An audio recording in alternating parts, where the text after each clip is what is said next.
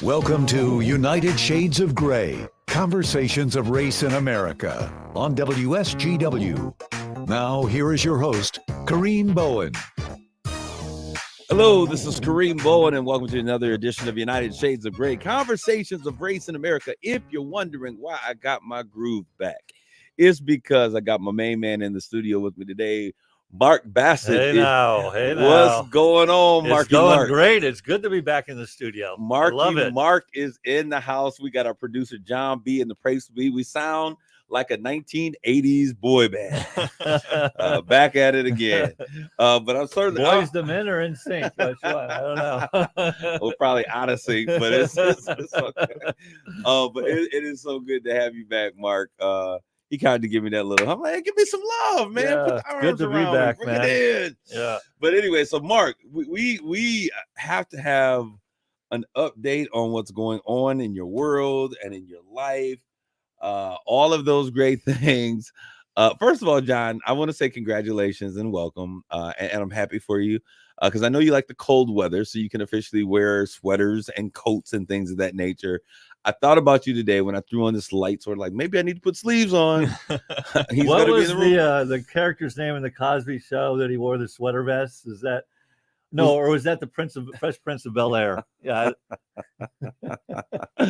Okay, the reason that's funny is because my entire time in high school and then when I went to Michigan State, I was always called Carlton from Carlton. Sweater. I don't see a lot of black dudes wearing sweater vests. Yeah. I was Carlton from Carlton. When I was in high school, honestly, I promise you, my mom would always, when we went shopping, like if I had an Argyle sweater on, I had matching socks. So literally Carlton from Carlton. And that's the Fresh Prince character? That's That's the character from the Fresh Prince. Can you do the dance? Oh, come on. It's not unusual to be loved by anyone. No, but it's good to be in the house. So Mark, you are back here. We're back in the saddle, baby. You're back in the saddle. You are here. How long are you here for, Mark? Because I know that you're going to be on a plane mid-January. Till mid-January. Yeah. So he's going to be in the house, and then he's out looking. And I think that you found a couple of things. I've got the lease agreements right here that came in today. We're going to be leasing a condo in Laguna Beach, California. Where is it at, Mark? Laguna Beach, California. But where is it at? On the beach. On the beach. On the beach, man. See, this is what I'm talking about, John. We sit here and we talk about the things that we talk about. Mark got rich man problem. It's all relative. Over there, man, I'm not rich, believe me, and you know that. He's the skull. Oh, you poor rhinoceros peasant. Where do you live? Inland or something? So Mark, that is kind of cool. I know that was one of the things that was important to me. Yeah, it was important to you. You come from being able to be on the beach, and you bodyboard? Body surf. I body surf. What's the difference? Is there a difference? You body surfing. There is no board. There is nothing. It's just you and the wave. No surfboard. No boogie board. No. So you just run around jumping on waves? You don't jump on the wave. You kind of throw yourself out in front of the wave, and it takes you like a surfboard almost. Yeah. We'll have to as a black man, who has limited access to water. I'm trying to figure out. Some of the waves are pretty big. We'll pull up a video at some point. So like on a surfboard, I get it. You're on a board. Yep. Even is it a boogie board? Is a boogie board, the same idea. You go along. Okay. So on a surfboard, the water's coming, the waves come, you jump on your board. And it makes sense that the waves push you. Now, so here's how you do it. Surfing. You're not in over your head. So we talk about conversations of race in America. Yeah. You got a black man and a white man talking about water. You couldn't be more. You can Google it, Jonathan.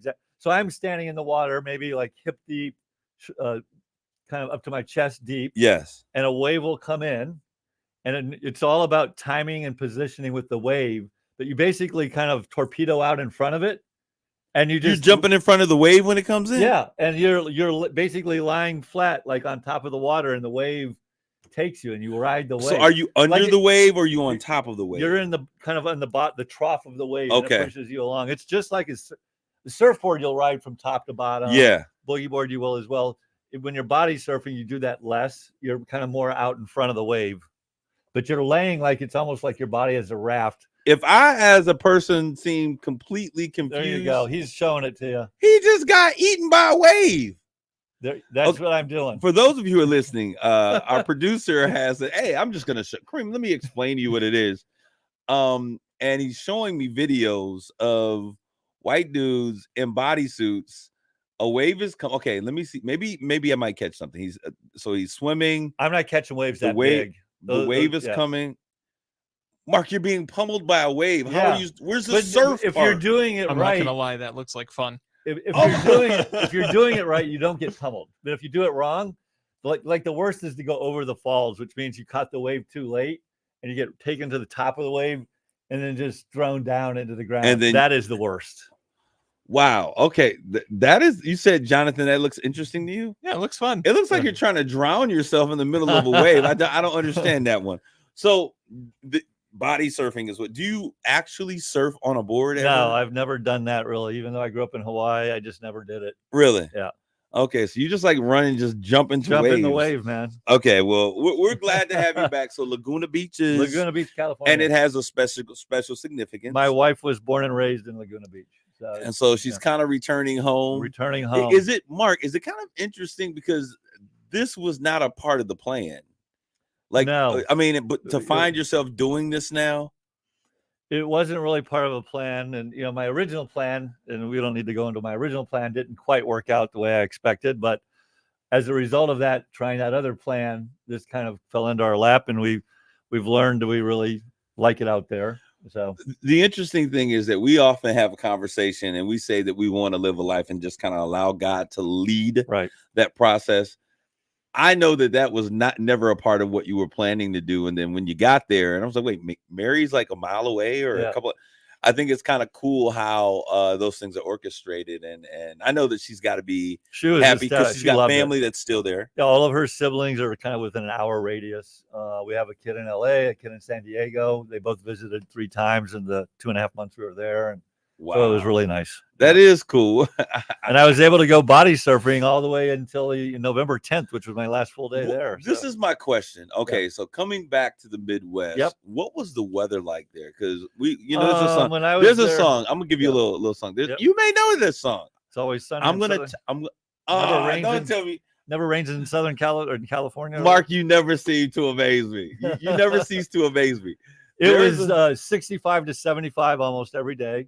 Sunny almost every day. Do y'all see why I love this guy? For those of you who know, if you know, there's a song by Tony, which is an R&B group from the 80s, 90s, and the 2000s. And the name of their song is "It Never Rains in Southern California." That which is a remake of somebody else. Yeah, no, it is. But I mean, the fact that you knew what I was talking about, I'm pretty impressed with that. All right, so Mark, there's so much to catch up with. Christmas Aglow. Was that July? That was in July in DC. Okay, because all of us, got pictures. We went there. It was actually maybe August because we went there right before we went to California. Okay, so it was probably for those that are listening. Mid-August. Once again, it's been a whole year since we talked about this. Christmas Aglow is what? There is an international group, club, or whatever you want to call it, of people that collect vintage Christmas decorations. 1984, pre-1984 is the criteria. And they have an annual convention. 2 years ago is in Chicago. This year's in DC. Next year's in Dallas. And it's a 3-4 day long convention. And, to me, the highlight is largely the people every night sell stuff out of their rooms, vintage Christmas items. And every night I walk from room to room. There's probably 100 rooms looking for really cool Christmas decorations. Mark. And at the end, there's a big auction, which I like auctions. Jonathan, is it just me or was that kind of an interesting fact? Yeah. Okay. I was picturing like an exhibition hall where people have booths or something, but they have that as well. Okay. At the last day, they have a big booth, like the Santa that glows up. Well, what's funny is 222 in 30 minutes. Yeah. Oh, yeah. No, it's the last day they have a big sale where it's a big hall. And there is a line. You wouldn't believe how long lining up to kind of run in and get in first to get like the best stuff. I'm going to tell y'all, hey, this show is appropriately titled United Shades of Gray, Conversations of Race, because this is the whitest thing that I've ever heard of in my life. By the way, What? I saw 2 black people this year. What? Yes, and one Oh, of it's them. because you was in DC. Let me tell you how bad that is. You're in the blackest city in the whole United States, and you go to a convention and you see 2 black people. I think I'm on to something here. It was a couple, and they actually, because they have a museum every year as well, and it's just people's private collections. Yeah. This black couple had their private collection there. Speaking of which, It was a very white collection. it was a very. But speaking of which, because you sent pictures over of some of the black artifacts that you or the collectibles that you were finding, and we've had a conversation before with Kevin Jones. Kevin Jones, yep. He is now in process of. He found a space. He's working on it. I don't know if you've had an opportunity to see it yet or not, John. I've seen pictures. Amazing pictures. I'd love to see it. I'd love. I'm going to go make over sure it. that you guys get a chance because his museum of black history or black collectibles here in the city of Saginaw is called Amuseby. I think is what it's called. Amuseby. AMUSEB.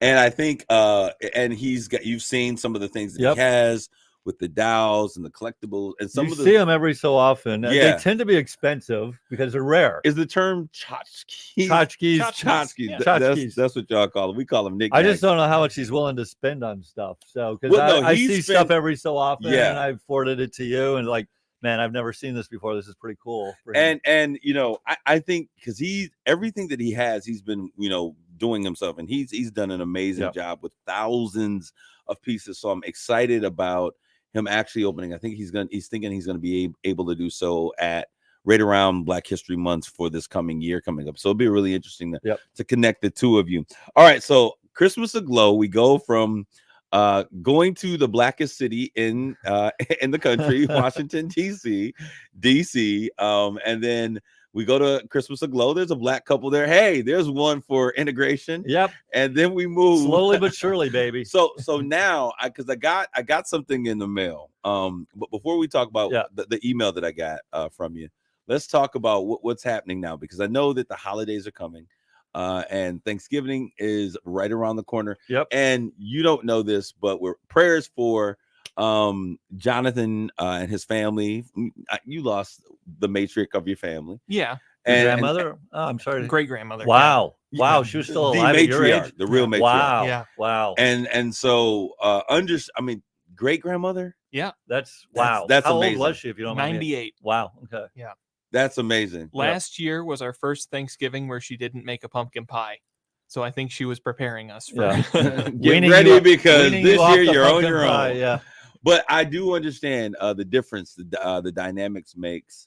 The dynamic is when we lose that, let's see, lose that matriarch or patriarch in the family. So Thanksgiving is a little different. Hopefully she passed those recipes down to other folks. Anybody got the recipes? I think they're spread around the family. And so I know that we've got the Christmas cookie recipe. I think someone else has another recipe. She always made this special thing for holidays she called holiday salad. Someone's got that recipe somewhere. That's going to be fought over at some point. The holiday salad. What I want to know is, I think we had a special show just about you and your family at the holidays last year. Are you prepared? Wait a minute, Mark. Wait a minute, Mark. Are you prepared? Because I got family members in the social media stream today. No, the funniest thing happened today. Speaking of the holidays, Thanksgiving. This is so funny. I was sharing how I get anxiety sometimes preparing for our family holiday get-togethers. And guess what I got this morning, Mark? Everyone was like, invitation. Oh, we got the invitation. So are we going to do our collective family get-together? And people started making jokes about things. People were talking about, and then I was like, are we really going to ignore my aunt, Auntie Lane's question about if we're getting together for the holiday? And so here we are talking about it. I love my family. And I said this before, I absolutely love my family. We grew up like the Waltons. So if you can imagine, and I guess I'm dating myself because John is over there like the Waltons. It was an older white version of the Cosby Show. So if you can imagine Little House on the Prairie. John Boy. kind of Good like night, John Boy. a modern little house on the prairie. They weren't necessarily set in the prairie. They Virginia. It was stationed in set in Virginia in the Yeah. Blue Ridge Mountains. Yep. Family, grandparents, There you parents, go. and kids. John And Boy so- was the lead character. And so it was a situation, where the families were close knit, and they live on a farm. Seems like they live on Kind a of farm. like a farm in the mountain. It was in the Blue Ridge Mountains. I Yeah. think. But strong family connections. And the thing that was funny, because as a kid growing up, this is what we used to always do. We used to say good night, John, on the show. Night, yeah. When they got ready to go off, they would good night, John Boy. Good night, Grandma. And you hear them say it off the host. When I was growing up, we would make fun of that. And so, like, if my cousins and everybody were there, there's 50 people in this house, and we'd be like, turn the lights off. Good night. We would just go through the whole thing. But I absolutely love it. Made such a rich moment in history, and it was a great piece of who Mary I am. loves that show. I never watched it. I was busy watching Three's Company and Charlie's Angels. So Three's Company, Charlie's Angels. I wonder why. What do they have in common? I bet Baywatch was your next favorite show I as you never moved into watched the Baywatch, unfortunately. But I Dream of Jeannie was another favorite. I did sitcom. love I Dream of Jeannie. Yeah, I was always trying to move get the nose to move. Yeah. But the thing that's interesting, so now as we getting older, it's funny when you're a kid because you just kind of do what you're told. Now all of the kids are adults. And there's so many opinions. So I always get nervous. The email came or the text message came today. Are we doing family Thanksgiving? Absolutely. I'm so excited about doing family Thanksgiving this year and being with everyone and having all of the can joy. set the example. Yes, that that's smile exactly, is not very convincing, Kareem. Very disingenuous smile today. But anyways, we're not talking about me. We're talking about Mark. So Mark, today I also got the email this morning. Yep. On the big holiday party. Holiday open house. I tried to send it to Jonathan, but it bounced. So I tried to send it again. It looks like it went through maybe. But a big open house. It's something we've done for a lot of years, and I'm getting ready for it. We're also on the Zonta Walk in Midland. So you're in the Zonta Walk. We are, which is for explain. Yeah, the Zonta Club is a women's club in Midland. They do raise funds for women, young women, to give them scholarships to go to schools and things. And they have 2 walks a year, but one of them is at Christmas time. And we opened our house up a couple years ago. We're doing it again this year. People can buy tickets. I think they're $4 or $5 or something. And there's 5 houses on the tour. Some of them are kind of not Christmas theme. It's really like, here's a cool house. Ours is all about the Christmas decorations, as you guys saw last year. Mark's house turns into it's a museum, basically. The North Pole. Yeah. I mean, gingerbread men. I was looking for Santa and his elves. I think I saw Rudolph. There's a whole wall of Rudolph stuff. Yeah. It is something that, so Mark, okay. Yeah. The entire house, I think there was 3 floors. Everything but the 4th floor, including the garage. So the basement, the main floor, the 2nd floor, and then the garage, everything gets flipped in those spaces for Christmas stuff. And on future videos, we're going to show you. We're going to show you some of the videos. We did that last year. Well, I've got more stuff now, so it's new and improved. And he's going to Christmas Aglows in the hood to find more Christmas stuff. Yes. Now I know last year you had completely you had a design, and last year you completely changed it. Are you following kind of the same template or doing kind of similar template, but kind of modified? All right. Yeah. How long does it take you to do this, Mark? Well, we'll find out. Last year it took a long time because we'll find out. Yeah. I've been working on it since Sunday. You've already started. Oh yeah. I flew back Saturday night late, started working. This is sad to admit, but I woke up at 4 a.m. on Sunday. I couldn't sleep. And I started working on it. The anxiety of getting everything in place. My mind is running like, how do I want to do it? Where am I going to put this? Where am I going to put that? I think it's important. Just start. Yeah. I think it's important to say that I think Mark probably dedicates more time to this than Macy's does in New York City on getting ready for Christmas. I think you're right. How many Christmas trees do you have in the house? Well, it depends on how you define a tree, but I have 3 large trees and then three smaller trees.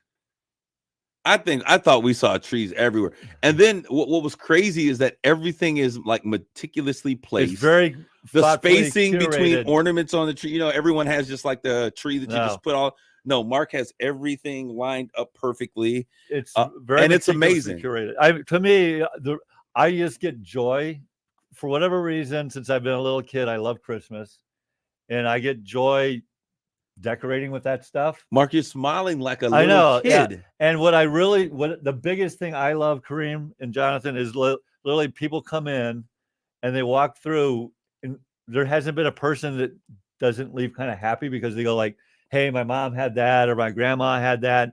It brings back memories from people's childhood, and that is like the biggest joy for me when I get to share that. And that is one of the cool things. When I was walking around, I was like, "Oh my gosh, my grandmother used to have one of those."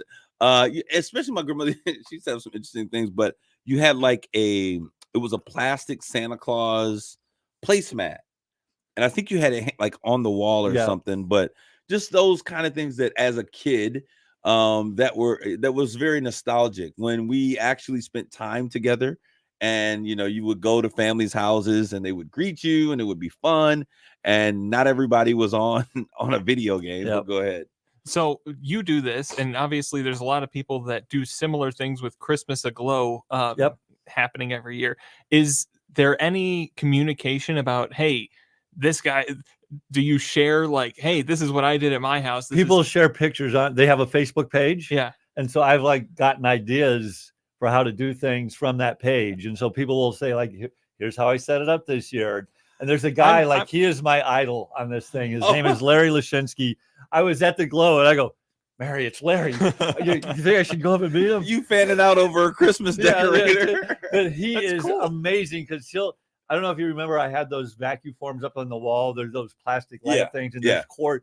He hides you don't ever see a cord anymore. He hides the cords. He does different ways to hide it. But how do people get to enjoy them if you can't pull them? No, they're plugged in. Oh, those cords. Yeah. Like the electrical cord. Yeah. And so you don't actually see electrical cords dangling or anything. He's got them all hidden somehow. Are you trying to do that this year, Mark? I a little bit. I am, but I don't have the patience. When you look at the, like the sheer volume of stuff I'm trying to put up, I don't have the patience to do it like as well as my idol Larry. So I'm willing to guess there's someone that does this probably in every city across America. Yeah, because they have a book of like there are other people. There's like 2 other people in Midland in the Glow. Mark is actually bouncing. Oh, I'm excited. I'm excited. Like a little kid getting ready to unwrap a gift or something. Mark, I mean, I love the energy. I think it's exciting and it's really amazing to see. It's a labor of love for me. It's a labor of love. So when is the event? So how many people are you inviting this year, Mark? Oh, to the open house? No, to the Zonta Walk. Not the Zonta Walk. The open house. Yeah. How many people do you guys have come through for the Zonta Walk? Oh, I don't know. Because 2 years ago when we did it, it was right after COVID. They had to cancel the live tour. They just did a virtual tour. I'm guessing a couple hundred people because it's 2 days for about 8 hours. And they're walking all around your house. Yeah, but they have people there. The Zonta Club has people stationed to make sure people aren't stealing things or breaking things. Yeah. And then that is your party or December 2nd and 3rd. And then my party is December 9th. Okay. And I don't know. We invite 100 people. That's not including couples. So like 200 people. Yeah, I don't know. 100 something people come through. I mean, there were a lot of people that were coming through. I mean, we saw kind of ran. Mark has the who's who of Midland and Bay County coming through. Yeah, Midland Bay and Saginaw County coming through and enjoying it. It's time for you to catch up. It's an open bar, man. I got a bartender. Everybody brings and they're dressed up. And they're dressed up. Yeah. What'd you say? I said it's a potluck, but there's an open bar with a bartender. Oh man, but I certainly enjoyed myself. We're gonna come back. You guys should. I invited both of you. You can take new pictures. We're coming, so we're catching up and looking forward. We're gonna take a quick commercial break. We'll be back with more United Shades of Gray.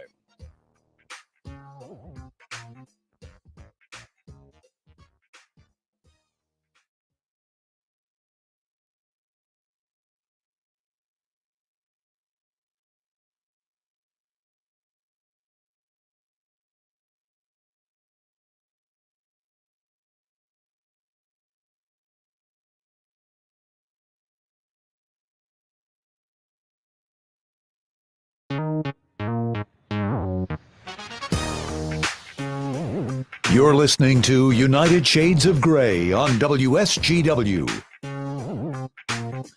This is Kareem. We're back with more United Shades of Gray. Before we were going to break, we were talking about Mark and his holiday party. And I was saying to him that I should probably petition the governor to make him the ambassador for Christmas for the state of Michigan.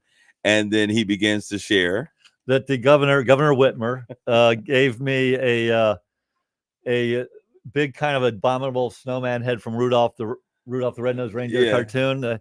I was at the governor's mansion in Lansing it was a thank you for kind of donors. I was a CEO at HSC at the time, and we had donated to the Governor Whitmer's causes. And we were there at a reception at dinner time, or at some afternoon before Christmas. And she had this sitting on a shelf. And I go, hey, where'd you get that?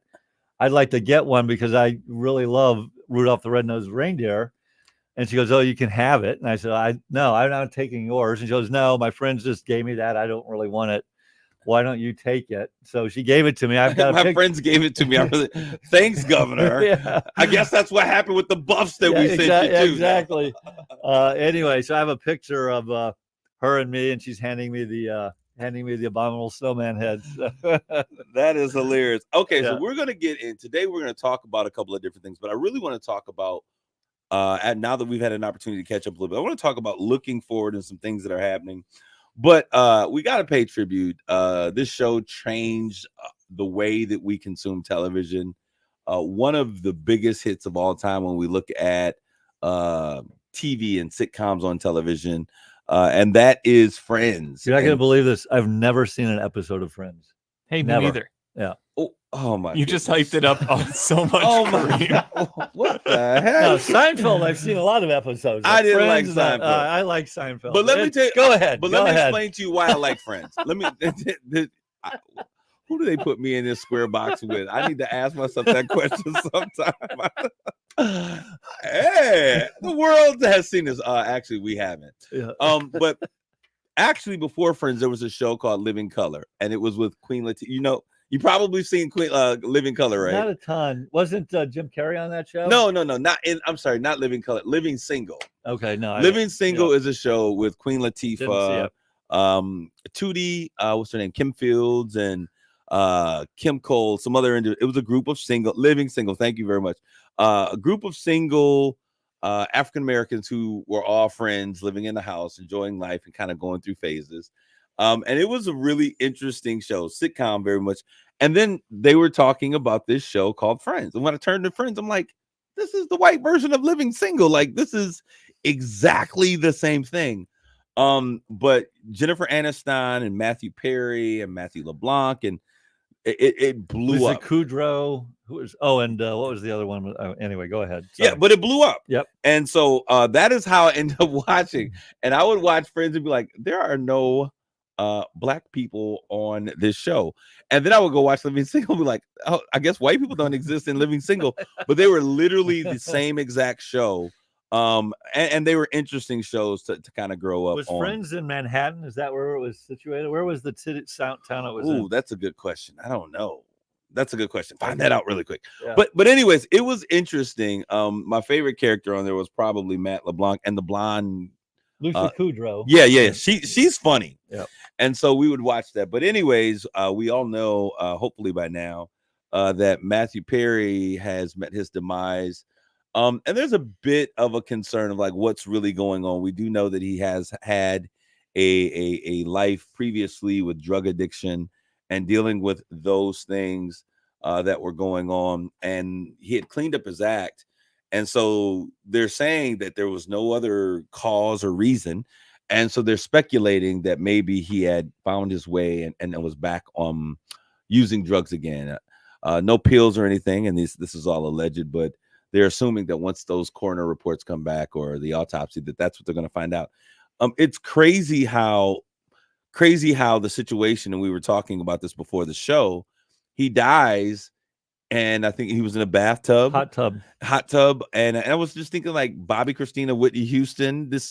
When we look at people who have been very, very talented, and this is just something, especially going into the holiday season to think about, They have what we would seemingly say is everything on the planet, everything that you could ever want.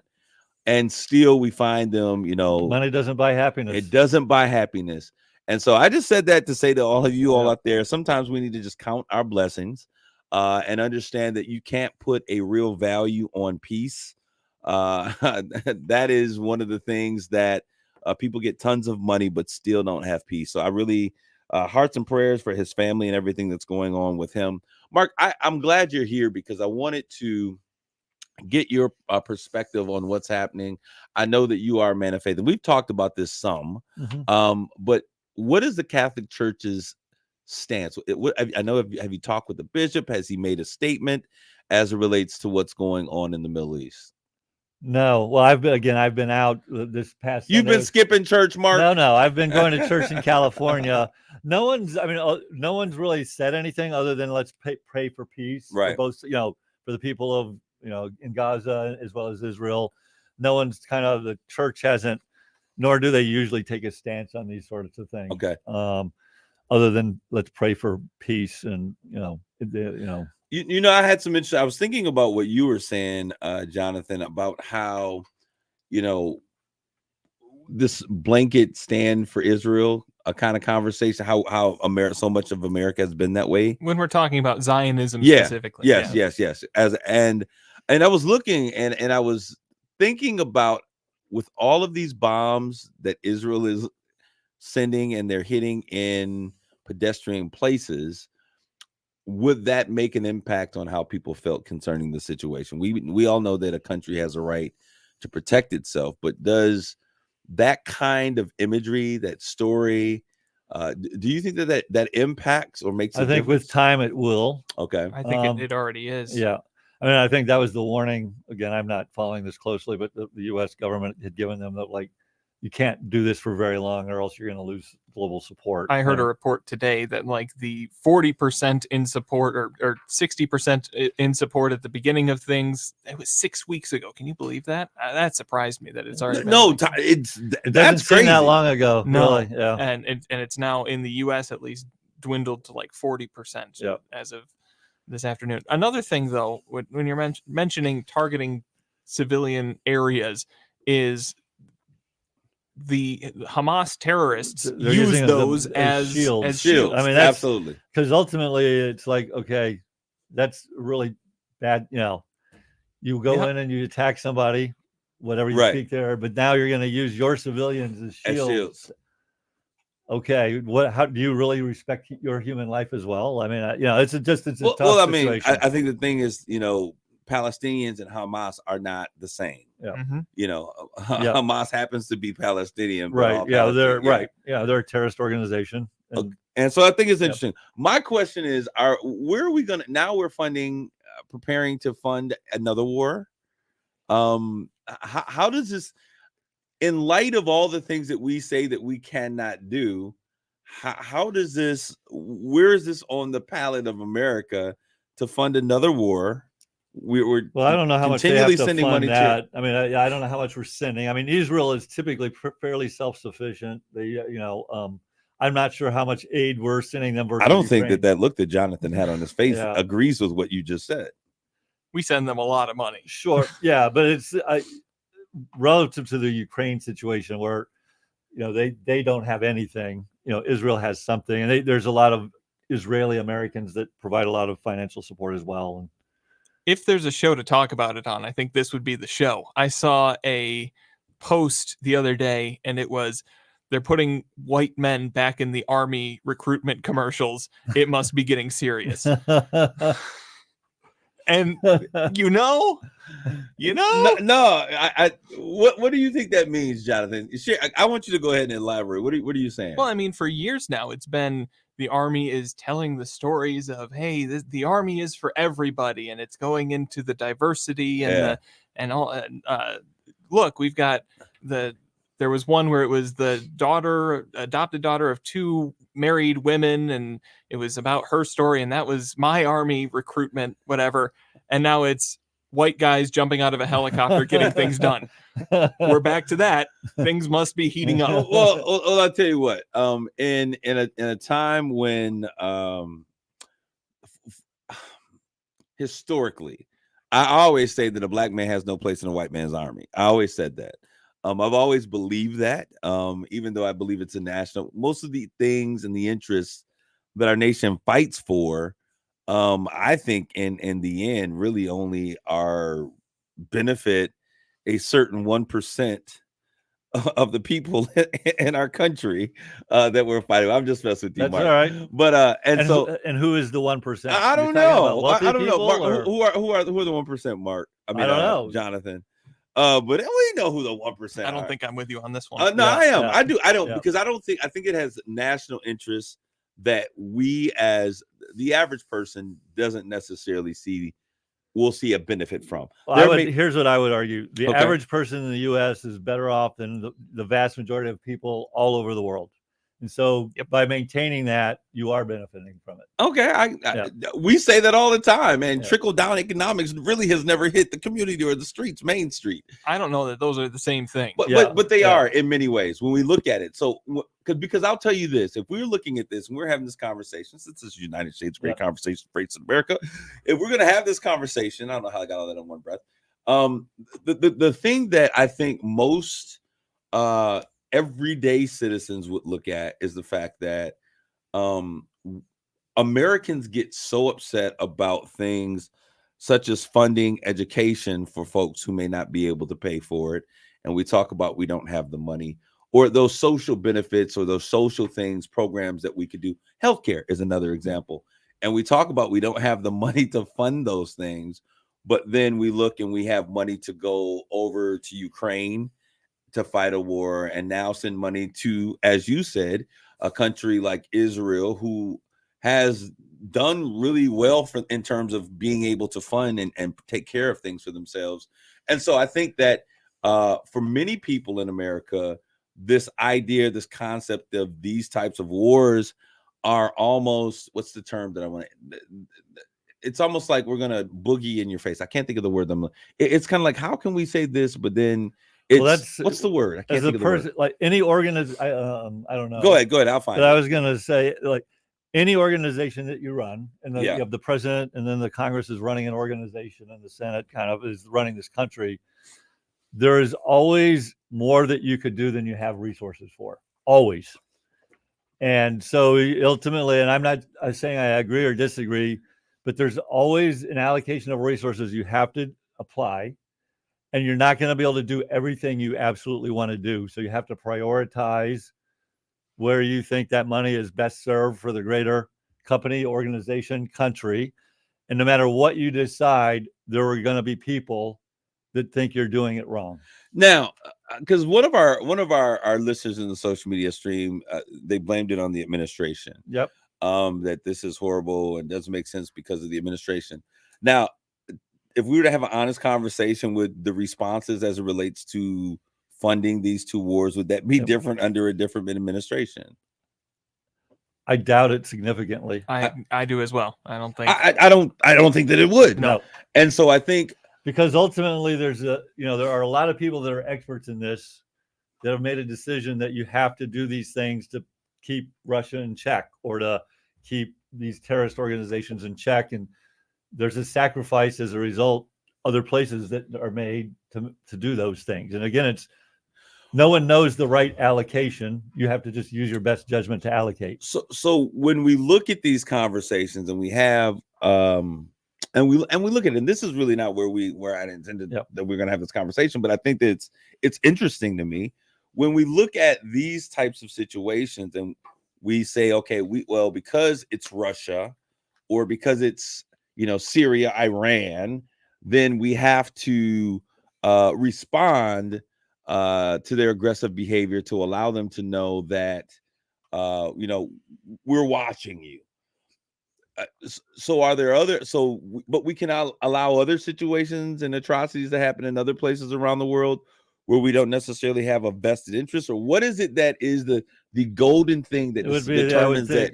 Again, I'm not in. Are you understand what I'm asking? Yeah, I do. How do you, again, it's back to how do you prioritize where you're going to allocate your resources? And so, and where do you stand up and beat your chest and say we're here for them? Right. And it's going to be back to national interest when it's all said and done, I think. Well, I mean, well, when I think about it, because I think about what's happening in countries like Sierra Leone, and I look at what's happening with the entire continent of Africa, a place that has much of its, they are one of the wealthiest in terms of resources. They are the wealthiest in terms of resources country on the planet, continent in the world. Many of its countries have some of the greatest resources available.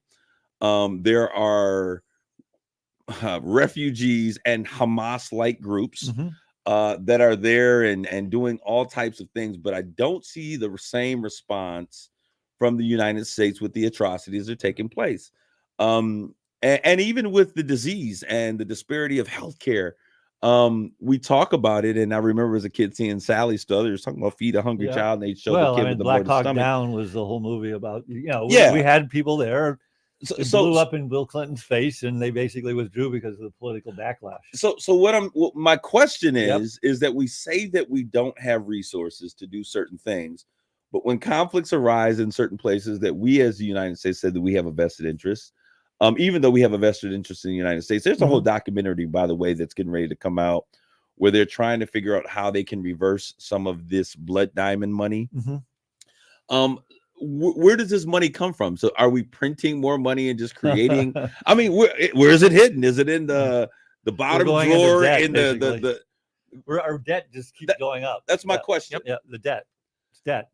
So debt is an issue money when it's an issue, but it's not an issue when we need to spend more. Whatever happened to fiscal conservatism? Well, this is kind of where I think I have my personal. Am I opinion. making any sense whatsoever? Of course you are. I just make. I think ultimately I've totally checked out of the U.S. government. Yes, double standards was the word that I was looking for. Totally checked out of it because I just think anymore it's almost laughable what's going on in D.C. There's no real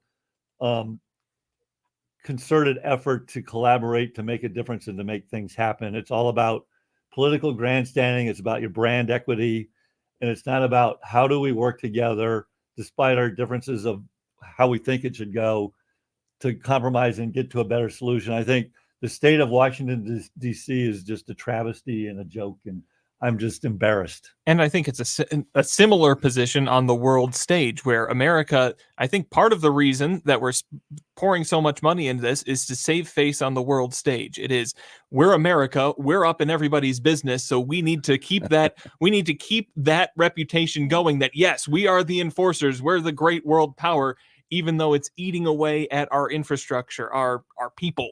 There's a couple of things, and since we know that the president and his cabinet listens to this wonderful show that we do all the time, I think about things such as the fact that veterans come back home from serving our country, and many of them have issues, PTSD, all those types of things. There's a food insecurity issue in the military. Believe that. Yes, I mean there's a food insecurity issue in the United States. We eat and waste a ton of food, but when I think about how we could be more fiscally responsible, and I think about how we could really make America a better place, I think about things like border security, and it's funny because for a long time, as a black man growing up in America, we're like, why would they want to stop the minorities from coming across the board? And I was like, we're a land of immigrants. And then I started thinking about this thing. I'm like, well, we need to put some things in place so that we know who's coming across our borders, how they're happening to get here. What is their function? What is their role? They come here for asylum. So we need to have safe borders. There's a lot that we could do with the billions of dollars that we're sending to other places. There is. I think about how many childhood cancers that exist in the world. You are edging closer and closer to that dangerous American first ideology that's out there. You got to be careful. Well, call me crazy, but I think that a nation should take care of itself and its people first. I don't disagree with that. I know that many people think that that's an unpopular opinion, but if we are Americans, we take care of Americans. Your family always tells you family first, right? Treat everyone like your family. I mean, it doesn't mean that you don't care about other No, people. yeah. But if I need a kid, my brother needs a Sure. kidney, and my neighbor needs a kidney, guess Of who's getting a course, yeah, kidney? of course. My family's getting a Yeah. kidney. And I think that we've got to begin to think about that. And the issue that I have, Jonathan, and I know that we can't solve all these issues on one time. Well, and the reality is we don't have all the information either. Well, I mean, we got enough, but the issue is we have to see everyone that is American as American. And what happens is that there's a standard of what is American and who is American. And the reality of it is that if we would do, as you said, treat everyone like we would want to be treated or as our family, then a lot of what we see happening in our streets, I always say that, you know, violence is a tantrum of the soul. These riots are tantrums of the soul. If we were to take care of our own, which I think that we should, and not fighting everybody's war around the world, can you imagine how amazing? At some point, someone could easily say, "How much money do we have to throw out?" I mean, throw that way. I mean, if you're gonna throw it over into some country with people who ain't giving a darn about you, why not throw it to somebody who's in your country? But at some point, and I'm just taking. Can you answer that question for me, though? Well, again, it's about priorities, and you can't. So Americans are not the priority of America, but Ukraine is. The U.S. education system's getting all sorts of money.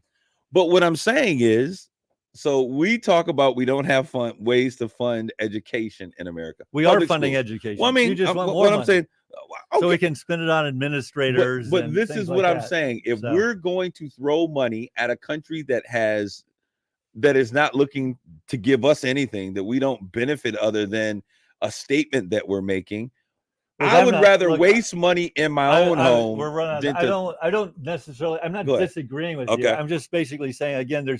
There's only so much money. Yes, and there's multiple. No, you just print it. In multiple places you can put it. And have you seen that, Jonathan? There's only so much money. You look at the state of Michigan and how it runs its education system, with every little town having their own school boards and their own the amount of waste in the education system. As far as I'm concerned, you may tell you where we waste a lot of money is in overpaid CEOs. That's where we waste. I wish I had been an overpaid CEO. I was an underpaid CEO. But Jonathan, real quick question. I know we only got a couple minutes here. Reparations, yes. That's always the answer. That is the answer. Yeah, okay. We'll talk about that another time. Jonathan, do you think that there is a limit to how much money does it appear that way? I think do I think there's a limit to how much money there is to spend on certain things? I think it'll come to bite us. I think it won't come to bite us. I think it'll come to bite our kids and our grandkids and their kids. And it's called hyperinflation when money isn't worth anything. Yeah, and it's bad. It's coming. But at the same time, I do understand there is value in protecting international interests. Absolutely. But oh my gosh, does it get out of hand? I think that's kind of where we're at. Well, the issue is it's so expensive to do it. You can't. The amount of money you spend doing it, like in a month, is an amazing amount of money compared to like something else. You know, and that's the issue. It's really expensive to fund a military and then move a military, and a tank is a lot of money. So it is absolutely crazy how much money that we spend on those things. I think that a nation needs to be able to take care of itself. So I believe in funding our military and making sure. Salute to those veterans. We're just beyond Veterans Day not too long ago. My Uncle Paul, who has served and lived a lifetime commitment in the military. And I don't think that he's done yet. I think he's going back to do some more stuff. But we want to thank you guys for continuing to tune in. I want to thank my man Mark for being in the house with us again. He is back in the saddle, baby. To my producer, John B. in the place to be, who always makes things make sense. And to those of you who are continually listening, we want to thank you for continually tuning in. Next week, we're going to get into talking about what are we going to be doing in 2024. Why wait until December 31st or January 1st to really talk about what are the expectations and plans for the new year? We're going to get to it. Thank you all for tuning in. God bless yourselves. Take care of each other. God bless you. Grace and peace.